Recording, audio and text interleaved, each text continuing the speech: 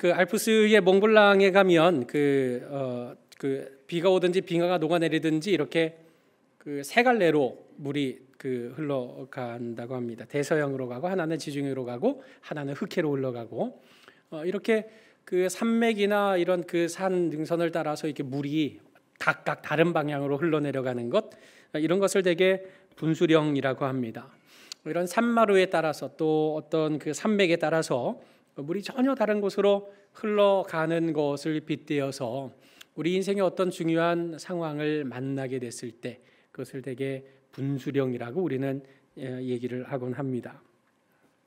여러분의 인생의 분수령, 정말 기억에 남을 만한 강력한 또 큰 그런 분수령은 어떤 것들이 있으셨습니까?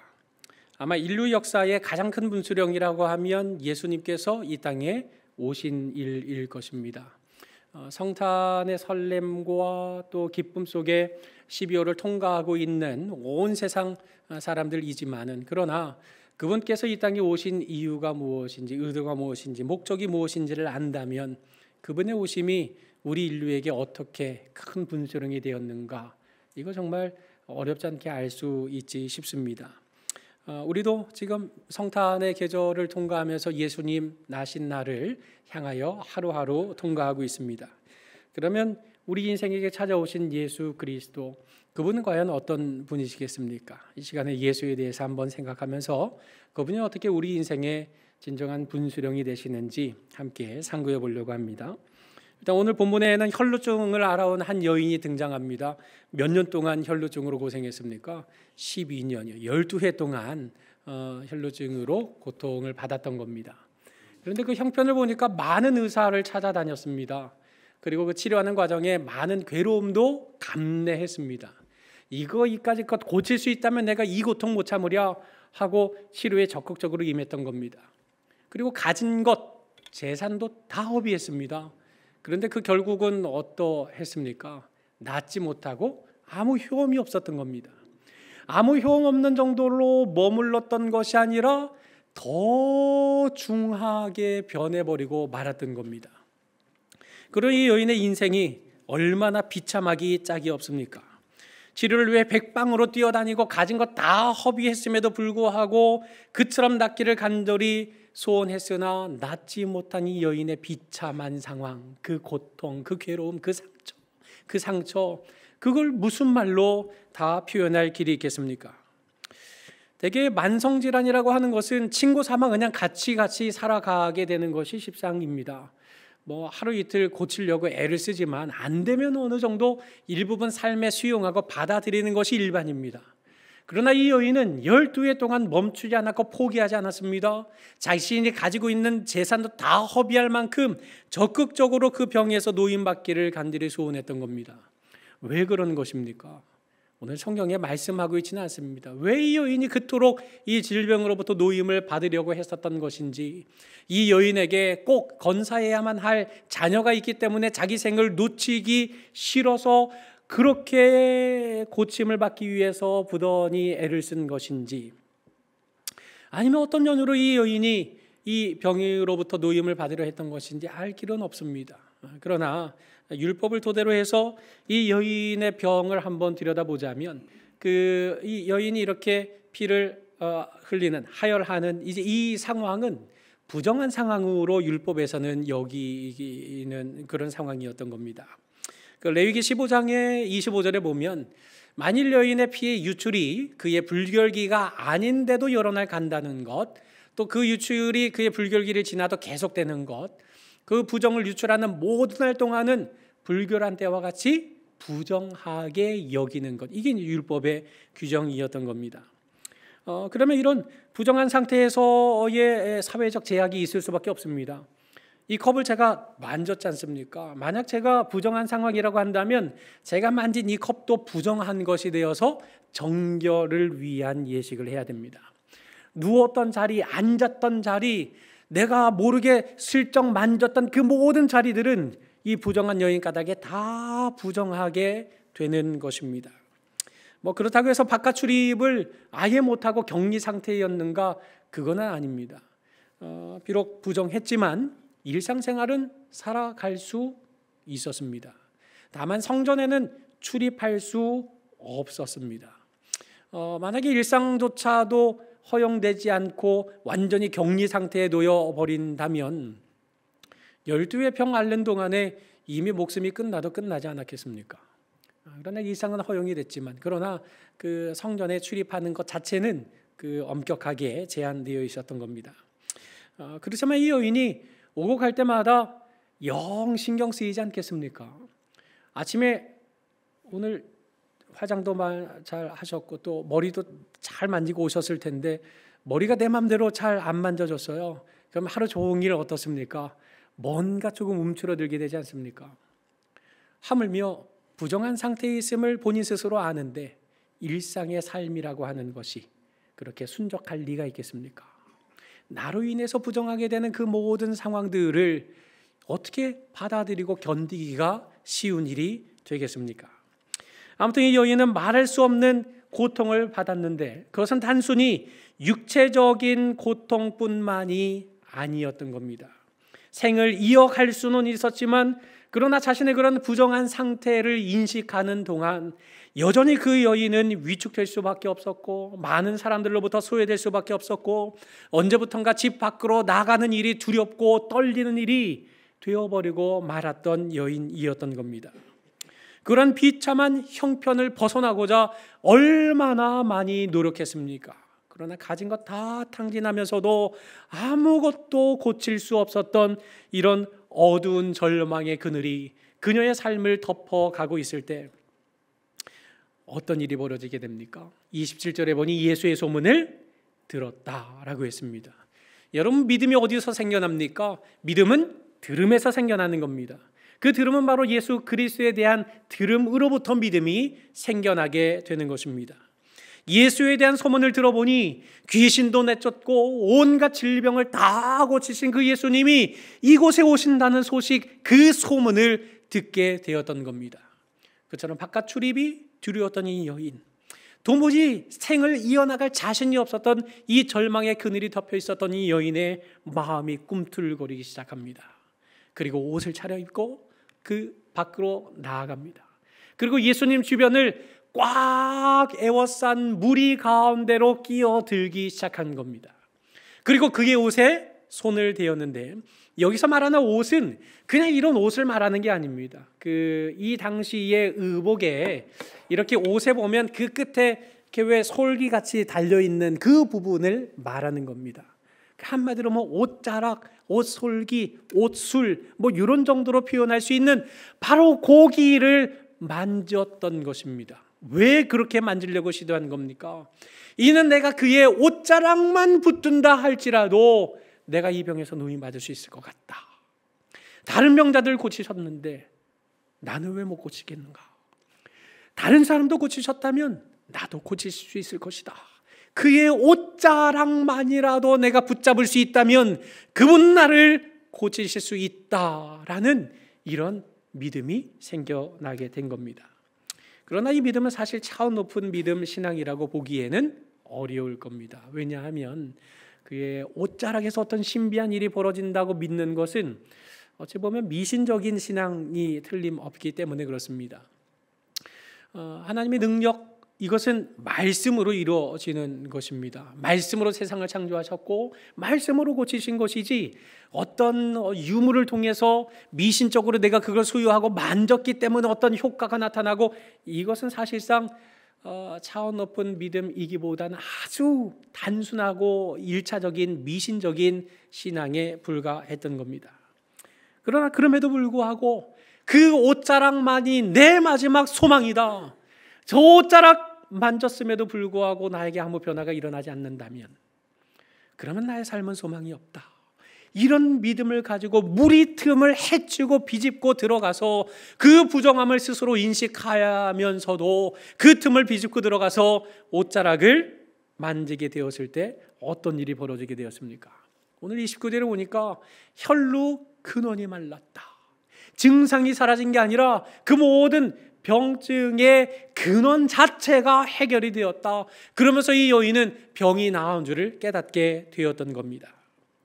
12해 동안 지긋지긋하게 얽매였던 그 모든 질병으로부터 순식간에 자유를 얻게 된 상황이 펼쳐지게 되었던 겁니다. 그처럼 은밀하게 조용히 이 부정한 자신의 상황 속에도 불구하고 예수님의 옷자락을 붙잡고 치료를 받기만 한다면 나는 그 자리에서 벗어나리라 하는 이런 계획과 작전을 가지고 소유의 목적을 달성하고 조용히 빠져나가려고 했던 이 여인을 예수님께서 어떻게 하십니까?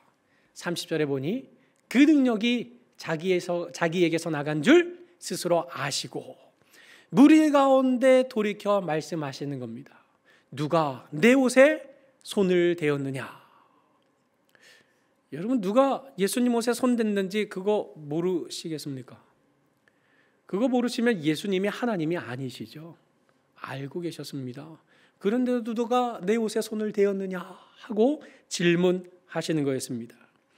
그런데 이 제자들이 이 예수님의 질문에 아주 기가 막혀 합니다. 31절에 보면 제자들이 여짜오되 무리가 에워싸 미는 것을 보시며 누가 내게 손을 대었느냐 지금 물으시는 겁니까? 라고 말하고 있는 겁니다. 이 말은 무슨 말이냐면 이 당시의 길들은 넓은 길이 거의 없습니다.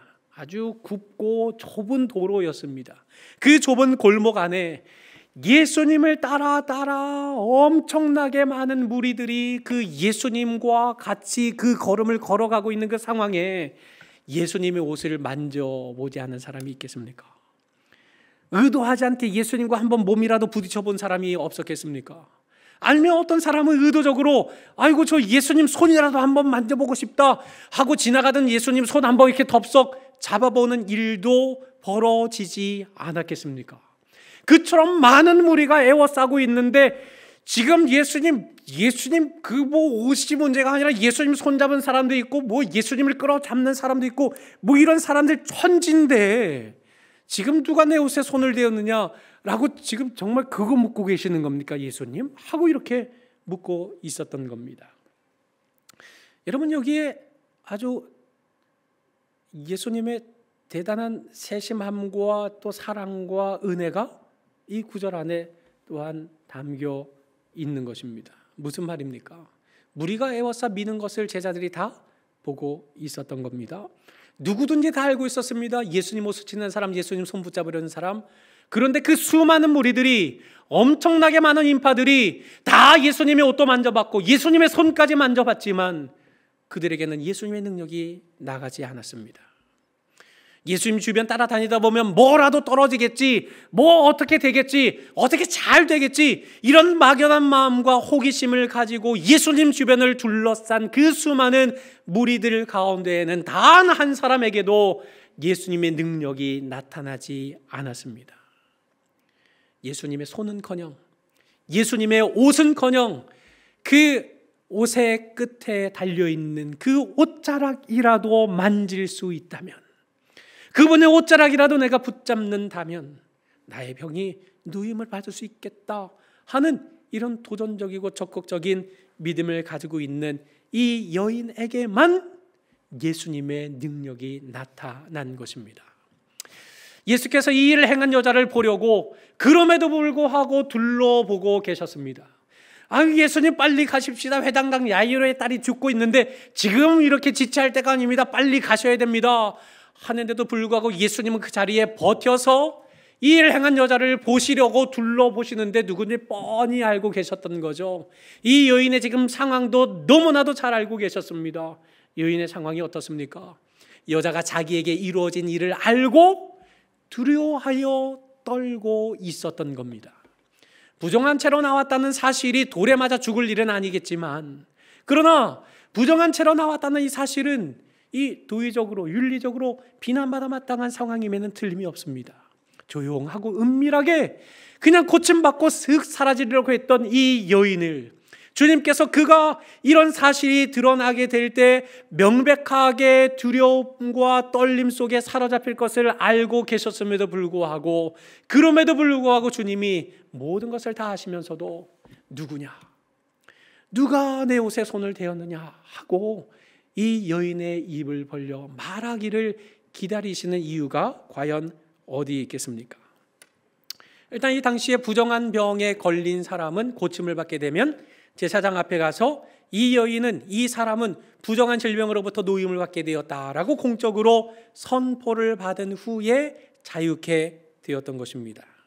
바로 예수님께서는 이 여인이 그야말로 자신에게 일어난 상황을 다 솔직하게 말하고 고백하도록 이끌어내심으로써 많은 사람들 앞에 부정한 상태가 아니라 이 여인은 이제 정결한 상태가 되었음을 공개적으로 알리시기 위함이었습니다. 그리고 더 나아가서 예수님께서는 바로 이 여인의 믿음, 어떤 믿음이었습니까? 상당히 미신적이고 단순한 믿음이었고 1차원적인 믿음이지 않았습니까? 그 옷자락에 손대면 병 낫겠다 하는 상당히 이기적인 요구와 목표와 목적을 가진 그런 아주 어린아이 같은 연약한 믿음이지 않았겠습니까? 그런데 멈춰 세워서 그녀로 하여금 자신에게 일어난 상황을 고백하고 자신에게 일어난 상황을 간증하도록 그의 믿음을 이끌어내심으로써 그의 믿음이 차원 낮은 믿음에서 차원 높은 믿음으로, 입을 닫고 은밀히 부끄럽게 다니는 믿음에서 입을 벌려 주님께서 나에게 이런 고침과 회복과 치유의 은혜를 베풀어 주셨노라고 고백할 수 있는 믿음으로 주님께서 그녀를 이끌어 세워 놓으신 겁니다. 실로 주님께서 베풀으신 은혜, 그것은 단순히 이 여인이 간구하는 그 작은 간구, 그것 하나 딱 채워지는 수준으로 끝나지 않았습니다. 이 여인이 바라고 소원했던 그 간구 너머에 넘치는 은혜를 부어 주셨습니다. 그 내용이 34절에 기록되어 있습니다. 우리가 같이 읽은 말씀인데요, 우리 한 번 더 같이 읽어보도록 하겠습니다. 시작. 예수께서 이르시되 딸아 내 믿음이 너를 구원하였으니.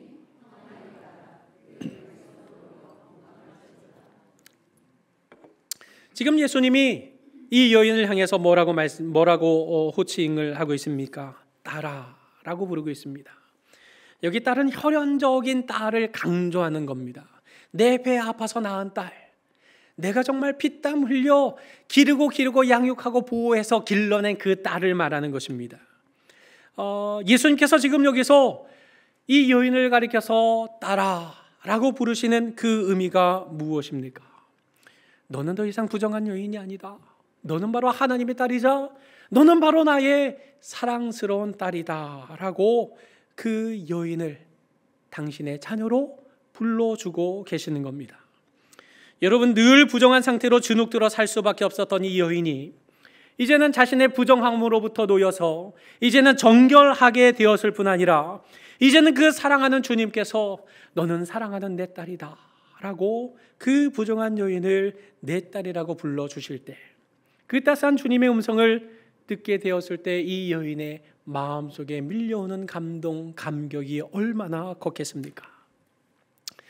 여러분, 살아있는 동안 꼭 해야 할 49가지라는 책이 있습니다. 그 탄저잉이라는 그 중국의 기자가 자신의 평생 이런 그 사회면에 대한 취재를 하면서 자신의 마음에 새겨졌던 이제 그런 사건들을 저 49가지로 저 책에 담아 놓고 있습니다. 그 내용 중에 하나가 그 어떤 어린 여자 아이에 대한 내용입니다. 언청이로 태어난 겁니다. 그러니 여기에 상처가 있어서 여기가 조금 갈라져 있는 채로 자라게 되었던 겁니다. 학교에 들어가게 되자 학교에서 이제 놀림받게 되는 거죠. 넌 입이 왜 그래? 너 징그러, 너 그 무서워. 막 이런 이런 놀림을 받게 되었던 겁니다. 자신이 지나갈 때면 아이들이 자기를 피한다는 느낌을 지울 수가 없는 이제 그런 시절을 보냈습니다. 그런데 부모님조차 낯선 손님이 방문하시게 되면 넌 방에 들어가 있어, 나오지 말고 그 안에 있어 하고 방 안으로 들여보내시는데, 그런 것들을 보면 엄마 아빠도 나를 부끄러워하나, 날 사랑하지 않는 것 같아, 이제 이런 마음이 어린 아이의 마음에 이렇게 젖어들기 시작했던 겁니다. 학교에서 하도 놀림을 받으니까 이제는 자기 딴에 머리를 쓰기 시작했습니다. 넌 얼굴이 왜 그래? 넌 입이 왜 그래? 라고 하면 어릴 때 놀다가 넘어졌는데 유리병에 여기 입이 찍혀가지고 내가 이렇게 됐어 하고 이렇게 차라리 거짓말로 변명하는 편이 놀림받게 되지 않는 길이라는 사실을 터득하게 된 겁니다. 그렇게 어린 시절을 통과하다가 이제 새학년으로 진급을 하게 되었을 때 류라는 선생님의 반에 배정이 된 겁니다. 이 류 선생님은 학교에서 가장 따뜻한 선생님으로 정평이 나 있어서 이 친구도 너무너무 좋았던 겁니다. 그 선생님의 우리의 담임 선생님이어서 너무 즐거웠던 겁니다. 그런데 이 아이들은 어릴 때 저학년 때 귓속말 시험이라는 걸 항상 보게 됩니다. 청력 검사를 하는 거죠. 요즘은 뭐 장비가 있으니까 그런 걸 하지 않지만 한쪽 귀를 막고 귓속말로 한쪽에 얘기를 하면 이 말을 이렇게 따라하는 이제 이 귓속말 시험을 보게 되는 겁니다. 그런데 문제는 이 친구는 왼쪽 귀도 날 때부터 선천적으로 좀 이상이 있어서 잘 안 들립니다. 난청인 거죠. 그렇지만 놀림받지 않기 위해서 나름의 요령을 터득했습니다. 오른쪽 귀를 막는 척, 앞에서는 아이들이 보이지 않게 딱 막고 뒷문을 열어놓는 거죠. 그러면 선생님 소리가 잘 들리고 그러면 그 소리를 따라하는 방식으로 그렇게 이번 시험도 통과하려고 다 계획을 해놓고 있었던 겁니다. 아이들이 앞에 나갔는데 하늘은 파란색입니다. 그러면 하늘은 파란색입니다. 너는 새 신발이 있니? 그러면 너는 새 신발이 있니? 이렇게 선생님 말을 따라하게 되었던 거죠. 이 아이가 이제 마지막 순서가 됐습니다. 귀를 막고 한쪽을 슬쩍 열면서 선생님 말에 귀 기울였습니다. 선생님 뭐라고 속삭였어요. 근데 이 친구가 말을 못하고 펑펑 울기 시작합니다. 아이들이 웅성웅성거리기 시작합니다. 쟤 안 들리나 봐. 뭐야, 쟤 입도 이상한데 들리지도 않나 봐 하고 웅성웅성 하기 시작했던 겁니다. 한참 동안 펑펑 울던 이 아이가 입을 열어서 선생님 말을 따라했습니다. 그 말이 뭔지 아십니까? 너가 내 딸이었으면 좋겠어 하는 말이었습니다. 평생 처음 들어본 사랑의 표현이었고 평생 자신이 누군가에게 필요한 존재인 것으로 처음 그런 감동과 감격을 느꼈던 것입니다.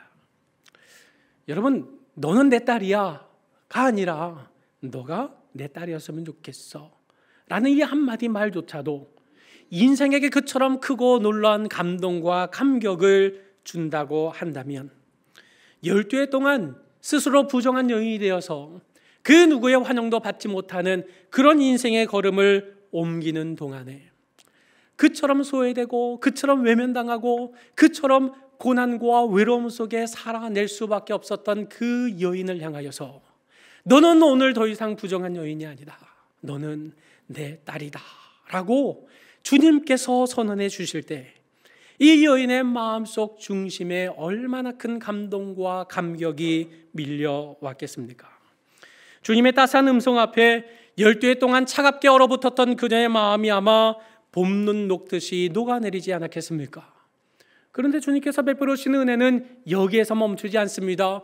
이어지는 말씀에 내 믿음이 너를 구원하였으니 평안히 가라. 내 병에서 놓여 건강할지어다 라는 말씀까지 이렇게 축복해 주셨던 겁니다. 다시 말해서 예수님의 옷자락이라도 붙들어서 내 병을 고치기를 원한다고 하는 지극히 이기적이고 1차원적인 믿음을 가졌던 그 여인의 마음을 주님께서는 간증하는 믿음의 자리까지 이끌어내심으로써 너의 믿음이 너의 영혼을 구원하는 자리까지 이르게 되었노라 하고 선포하시는 그 자리에까지 이 여인을 이끌어 주신 겁니다. 그러니 더 이상 어떤 질병에도 어떤 고난에도 그 예수 구원의 확신 속에 평안을 누리게 되는 복을 받게 되었고, 더 나아가서 이 모든 얽매였던 병으로부터 노임을 받고 자유함을 얻고 건강하게 살아갈 축복까지 받게 되었으니 실로 이 여인은 자신이 간구하고 자신이 바라던 그것 이상으로 채워주시는 놀라운 하나님의 은혜를 힘입게 된 것이지 않습니까? 여러분, 오늘날 신앙생활의 첫걸음을 옮기는 많은 성도들, 많은 교인들의 발걸음이 이 여인과 같지 않습니까? 오직 자기 소원 성취를 위해서, 내지는 자기 문제 해결을 위해서 이런 것들이 동기가 되어서 신앙의 첫 발을 내딛는 경우들이 대부분인 것 같습니다. 이를테면 장사를 하기 위해서 나오시는 분도 있고, 또 위로를 받기 위해서 나오시는 분도 있고, 또 어떤 경우는 종교적인 서비스를 좀 받아보고 싶어서 이렇게 나오시는 분들도 있는 것 같습니다. 특별히 이민교회 같은 경우에는 그 사회적인 네트워크가 필요하니까 교회로 찾아가서 어떤 사회적인 네트워크를 이렇게 구성하려고 이렇게 교회를 나가는 경우들도 적지는 않습니다. 그러나 중요한 것 무엇입니까? 그렇게 시작했다 할지라도 바로 그런 소원이 오직 예수 그리스도를 통하여 확실하게 성취될 것을 믿는 도전적이고 적극적인 믿음, 이것이 사실 중요한 것입니다. 이 여인은 12회를 지난 뒤에야 비로소 예수님을 통해 응답받게 되었습니다.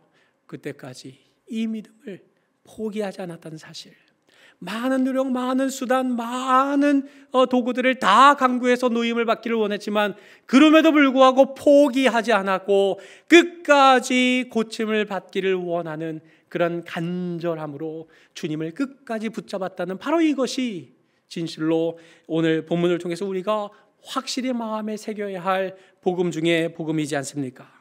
그저 막연한 희망 속에 예수님의 곁을 따라다니던 무리에게는 아무 능력 나타나지 않았습니다. 오직 예수님의 그 옷자락을 통해서라도 반드시 역사가 일어나게 될 것을 끝까지 믿고 그 일에 자신의 온 몸을 내던진 도전적이고 적극적인 믿음을 가진 바로 이 여인에게 그와 같은 능력이 나타났다고 한다는 것은 오늘 이 땅을 살아가는 우리의 삶 속에, 오늘 성탄의 계절을 통과하는 우리의 삶 속에 우리의 믿음의 자세와 우리의 믿음의 태도가 어때야 할 것인지를 명백하게 말씀하고 있지 않습니까? 우리가 비록 개인적인 소원이나 문제를 통해서라도 일단 그 주님을 그렇게 신뢰하게 된다면, 전적으로 그 주님을 향하여 믿음으로 도전하고 적극적으로 나아가게 된다면 예수님께서는 그런 어린 신앙조차도 받아주시고 자라나게 해주시고 온전하게 되도록 이끌어주시는 분이십니다. 왜냐하면 히브리서 12장 2절에서 선포하고 있는 바와 같이 주님은 믿음의 창시자가 되시고 그 주님만이 믿음의 완성자가 되시기 때문인 것입니다. 그런 까닭에 우리는 예수를 붙잡아야 합니다. 예수 안에 소망이 있고 예수 안에 해답이 있고 예수 안에 모든 열린 길이 있다는 사실을 굳게 믿고 확신하는 가운데 그 예수님을 향한 믿음을 끝까지 붙잡는 믿음의 도전의 연속의 삶을 살아야 한다는 것입니다. 사랑하는 서부경야의 성도 여러분, 예수님께서 마태복음 11장에 이런 말씀을 하십니다. 우리 같이 한번 읽어보실까요? 자, 시작. 세례 요한의 때부터 지금까지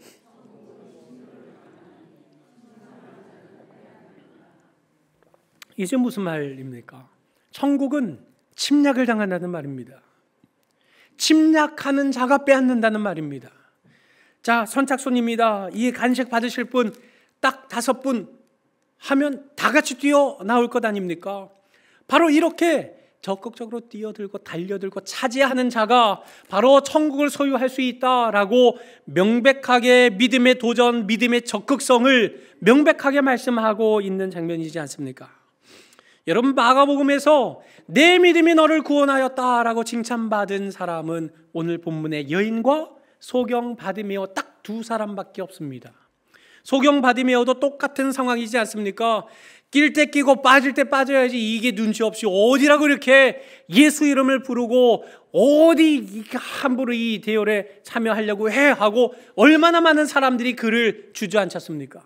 앞도 보이지 않는데 예수님이 지나가신다 이 한마디 말을 듣고 어디에 예수님이 계신지도 알지 못하고 그냥 무리 틈을 헤매이면서 두 팔을 휘저으면서 다윗의 자손 예수여 나를 불쌍히 여겨주소서라고 적극적으로 믿음으로 도전했던 바로 그 바디메오에게 주님께서 내 믿음이 너를 구원했다 라고 선언해 주시지 않았습니까? 오늘 이 본문의 여인은 명백하게 믿음으로 도전했습니다. 멈추지 않았고 적극적으로 예수님의 옷자락만이라도 붙들고자 예수 안에서 승부를 보았던 믿음의 여인이었던 것입니다. 바로 그런 낮은 연약한 어린아이와 같은 믿음일지라도 예수 안에서 그 예수 이름을 붙잡기로 도전한다면 주님은 그 믿음조차도 받아주시고 그 믿음을 자라게 하시고 그 믿음을 통해 저 영원한 나라를 확신하는 믿음 속에 진정 소망을 누릴 수 있도록 인도해 주시는 그분, 그가 바로 이 땅에 우리를 위해 찾아오신 예수 그리스도시라는 사실을 오늘 성경을 통해 우리는 마음속 깊이 새겨야 하는 것입니다. 그런 주님의 인도하심을 받게 될 때 우리는 자기 욕심만을 채우려고 시작했던 그 신앙생활이 이제는 하나님께 영광 올려드리며 감사할 줄 아는 신앙으로 자라나게 되는 것입니다. 바로 그런 주님의 신앙의 가르침을 받게 될 때에 평소에 사람 앞에 서는 것조차도 꺼려하던 그 성격이 이제는 내가 교회 다닌다고, 내가 예수 믿음과 사랑 안에 오늘을 살아가고 있다고 만나는 사람마다 예수님께서 나에게 베풀어 주신 놀라운 은혜와 사랑을 고백하고 간증할 수 있는 그런 자리에까지 자라나가게 될 수 있는 것입니다. 그러므로 그 어떤 동기로 교회 다니기 시작했을지라도 예수님을 향한 이런 믿음의 도전과 적극성을 끝까지 발휘함으로써 부정한 자를 사랑하는 자녀로 삼아주실 뿐 아니라 예수 믿으면 복받는다로 시작된 어린아이와 같은 믿음조차도 예수 믿으면 구원받는다는 완전한 신앙으로 성장시켜 주시는 이런 주님의 놀라운 은혜와 사랑을 삶에서 꼭 체험하시는 우리 모든 성도님들이 되시기를 주님의 이름으로 간절히 축원합니다.